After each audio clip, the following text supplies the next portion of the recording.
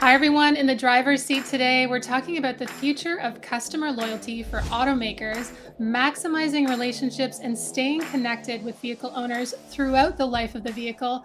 Joining us today is Adam Hudson. Adam founded and leads the global connected car business for LexisNexis Risk Solutions.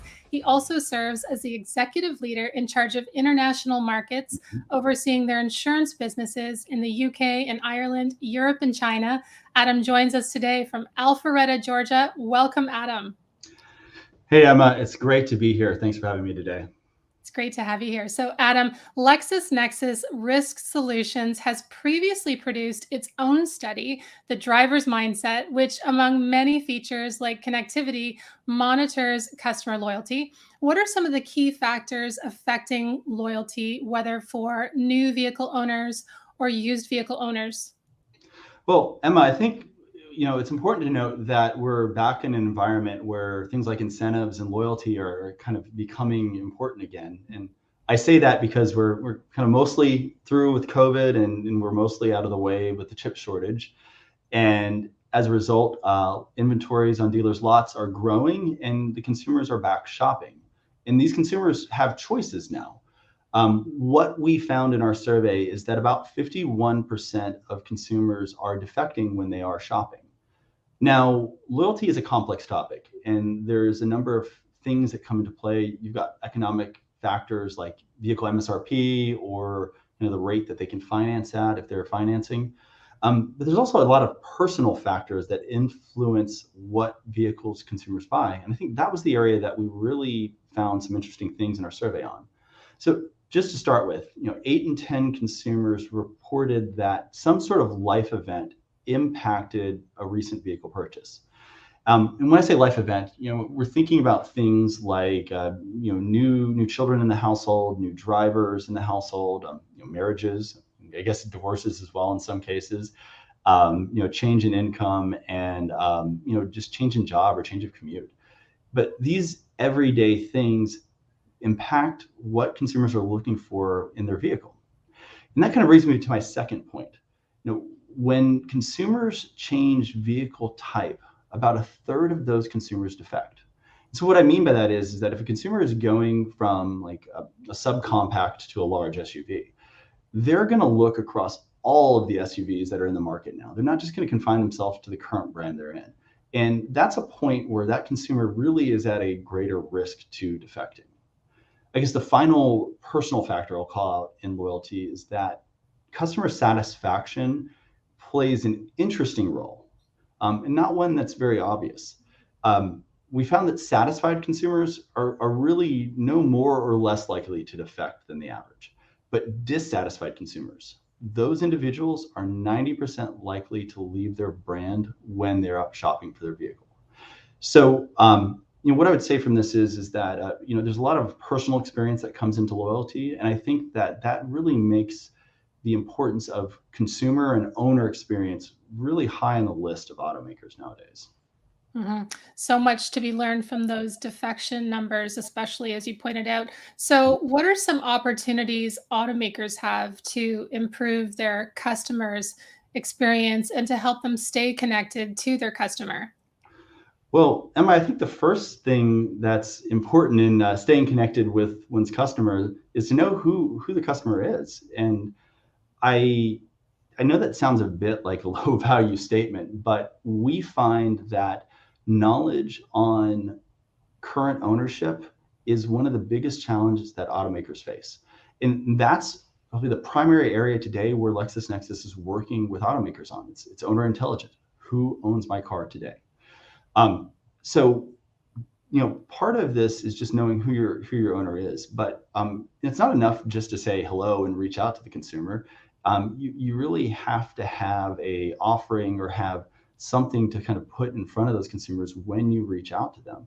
And that's where I would say that when you look in the toolkit that after sales has a lot of OEMs, you've got a lot of interesting opportunities there.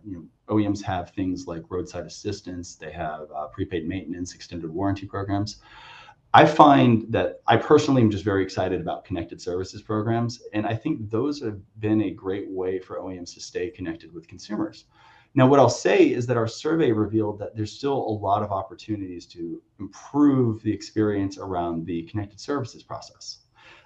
So let's just look at kind of that exposure consumers have to free trials that come with connected services processes. Of those consumers that bought vehicles in our survey, so those, both new and used purchasers, about 3/4 of them reported that they would have been interested in hearing about some trial of connected services from their OEM. Now, skipping to the end of that, of those consumers that heard about a trial, about 85% of them, both on average between new and used vehicle owners, ultimately converted and signed up and said yes to a trial and started a relationship with their automaker. The gap came in the number of consumers that actually were appealed to or talked to about a connected services trial. With new vehicle owners or new vehicle purchasers, really, about 60% of those consumers recalled having either a dealer or an automaker talk with them about connected services. And that by itself is kind of a low number. I think that it could be better for the industry. But when you look at the used vehicle purchasers, only 1/4 of them actually reported that somebody, whether it was the dealer or the automaker, contacted them about engaging on connected services itself. And I think that's just a huge gap that if addressed, could create big opportunities for automakers to stay engaged with their customers. And I would say, across the board, it's just an example that customer experience and owner experience, there's a lot of area to go yet for the auto industry.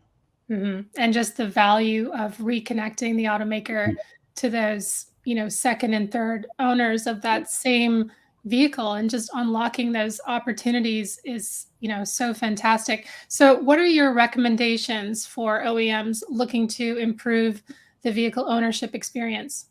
Well, I probably could give a 2-hour podcast on that topic, but I recognize we only have a few minutes left. So I'll hit some very high levels on this one. First, it's get in touch with your owners early. We found that 67% of consumers respond favorably to outreach from their automaker if that happens within the first quarter of ownership. And that favorability only increases the closer you get to that date of purchase. I think the second point that I would say is that you need to tailor your outreach to consider the consumer's background and their journey. How you talk to a new vehicle owner should be different than how you talk to a used vehicle owner. How you talk to a consumer that has purchased from your brand before should also be different. So that whole outreach and that workflow to bring them into some sort of relationship should reflect their experience. I think the final point I would say is that if you're an automaker and you're not monitoring your ownership, you're not tracking kind of who owns your vehicle today, you're missing out on a huge opportunity. This is probably the biggest area that Lexis works with automakers today, is on providing owner intelligence. And I think the OEMs that are working with us now are seeing huge dividends in being able to know who their current owner is and reaching out to those drivers within days, if not weeks, of purchase. A lot of great intelligence on the automakers and these owners. And it's been great having you with us today, Adam. So it's a tradition to close out each episode with our 0 to 60 challenge. Over the next 60 seconds, we'd like to give our viewers a chance to get to know you a little better. So are you ready for the challenge? I think so. Okay, here's a question for you. What was your first car? My first car was a '86 Ford Mustang. It was the 4-cylinder version, not the V8. And somewhere along the line, it blew a cylinder. So it was limping along on 3 cylinders for a while until somebody fortunately put it out of its misery one day in a parking lot. Oh, that was a little tank, that thing. I remember it. Question 2 here. Who was an important mentor in your career? Early on, I had the pleasure of working with Richard Harshman, and Richard was the former CEO of Stork North America. So this is the candy confectionery industry. And while I don't work in that industry today, I learned a lot from Richard on management, on leadership, and really how to motivate a team around a vision. And he's still somebody that I talk to regularly, and I really appreciate his guidance. What a great mentor. Well, thanks again, Adam, and we'll see you all next time for In the Driver's Seat. Thanks, Emma. Thanks, Adam.